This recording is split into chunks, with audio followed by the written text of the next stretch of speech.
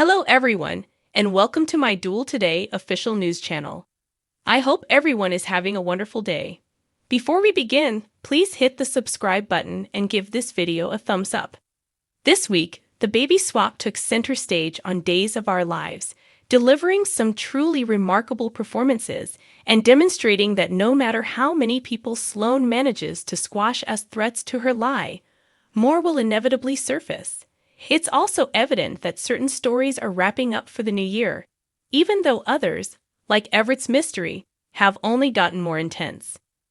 This week, Ariane Zucker has excelled once more as Nicole has had to come to terms with the death of her child.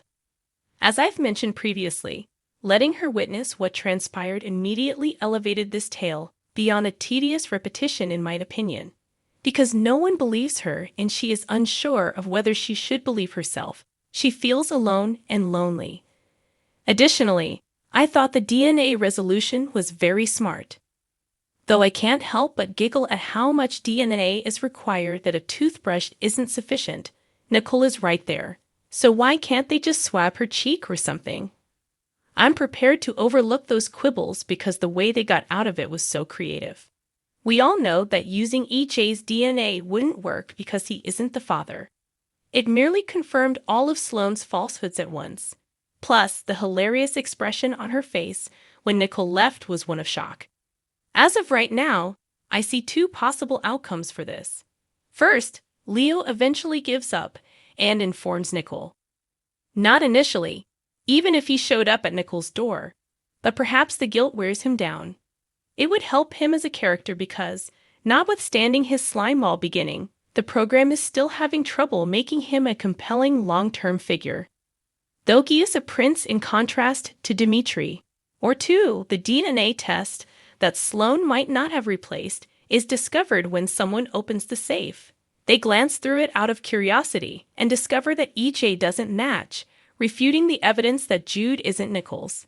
Simply put, I have no idea how the show would turn out. Rather than dragging out Sloan's lies and adding an extra explosion, the second would expose them all at once. If he's allowed time to form a link with the infant before finding Jude isn't his, the first could make EJ even more enraged. Yes, I am disregarding the Friday's cliffhanger about the attorney.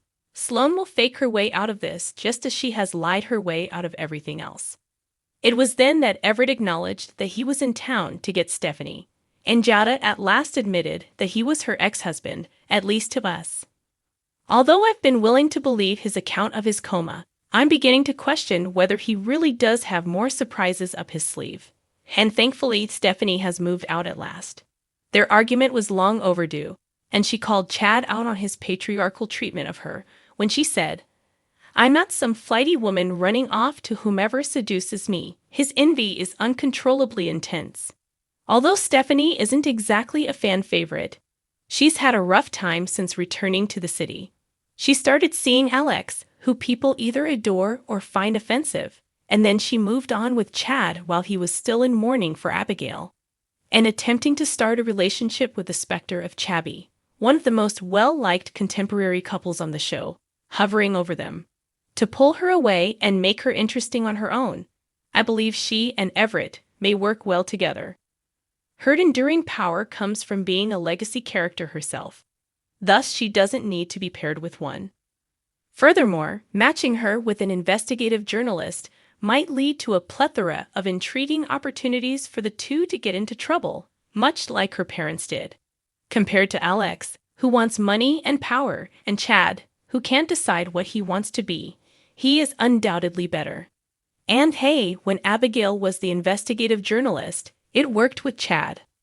Although I believe Victoria Grace is doing an excellent job, Wendy's grief isn't quite connecting with the audience as it should. She's the only one who truly cares about us, and we haven't seen her in a long time. Lee passed away.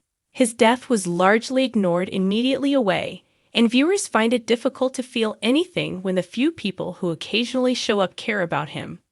The police are undoubtedly overly preoccupied with Paulina's obsession with the drug cartel and Dimitri. Light justice is not going to happen anytime soon. However, since they switched to Clyde, who is now using Gabby's imprisonment as leverage to compel Stefan to comply with his wishes. I might lose it if this murder somehow relates back to Clyde, as Abigail's did. Ava and Stefan must devise a plan to permanently remove him. Although Stefan does a great job keeping Gabby in the spotlight, I have to admit that I truly believe the show will recast her. This exit left almost everything hanging and was just so strange. It's possible that they'll stretch it out for a while, or that they simply wanted to buy some time to find a replacement actress. However, I can't imagine a scenario in which Gaby doesn't make a comeback shortly. Alright, I'll admit it. Konstantin is getting too good at me. While I don't mind if stories take their time, his sleazy demeanor and constant need for an explanation is getting to me. Maggie, get him off the curb. Theresa's scathing remark that he might be perceived as a gold digger was spot on. But I'll be damned if he didn't use that as an opportunity for some self-deprecating manipulation with Maggie. But this needs to end soon since John and Steve have video of Theresa. ISA, improve the picture. Yes, I am aware that's not real, but then neither is any other Salem science. However, I don't see any mention of Konstantin in the previews for next week, so apparently it isn't scheduled for next week. Perhaps they are saving it until year-end. It might be a Christmas miracle or a New Year's miracle where Xander discovers he is actually Victor's son and Alex reclaims Justin as his father. I do not think Konstantin will survive into the new year. Please. I adore Rafe's admission of his 3 failed marriages when he's trying to get Jada to come in with him. Indeed, hurrying relationships, like the one between you and Nicole, is undoubtedly a successful tactic, guy. I laughed at Vivian's presumed counsel to Stefan over the phone to just stop loving Gabby so Clyde won't bother him any longer. With Theresa, I kind of like Alex. However, I'm not sure if the characters are as important as Emily O'Brien and Robert Scott Wilson's relationship. Maybe when Gwen gets back, try Alex with her again. Paulina ought to have accepted the position of commissioner that was formerly advertised, because it appears that her only activity as mayor is worrying about police matters. It seemed a little forced when Stefan and Ava argued about who has easier access to an assassin. Come on, you could both get one if you really wanted one. For Nicole and EJ from Days of Our Lives, this is as bad as it gets. She and EJ are ultimately forced to face the fact that their kid is dead, as far as they know, following the negative results of the DNA test.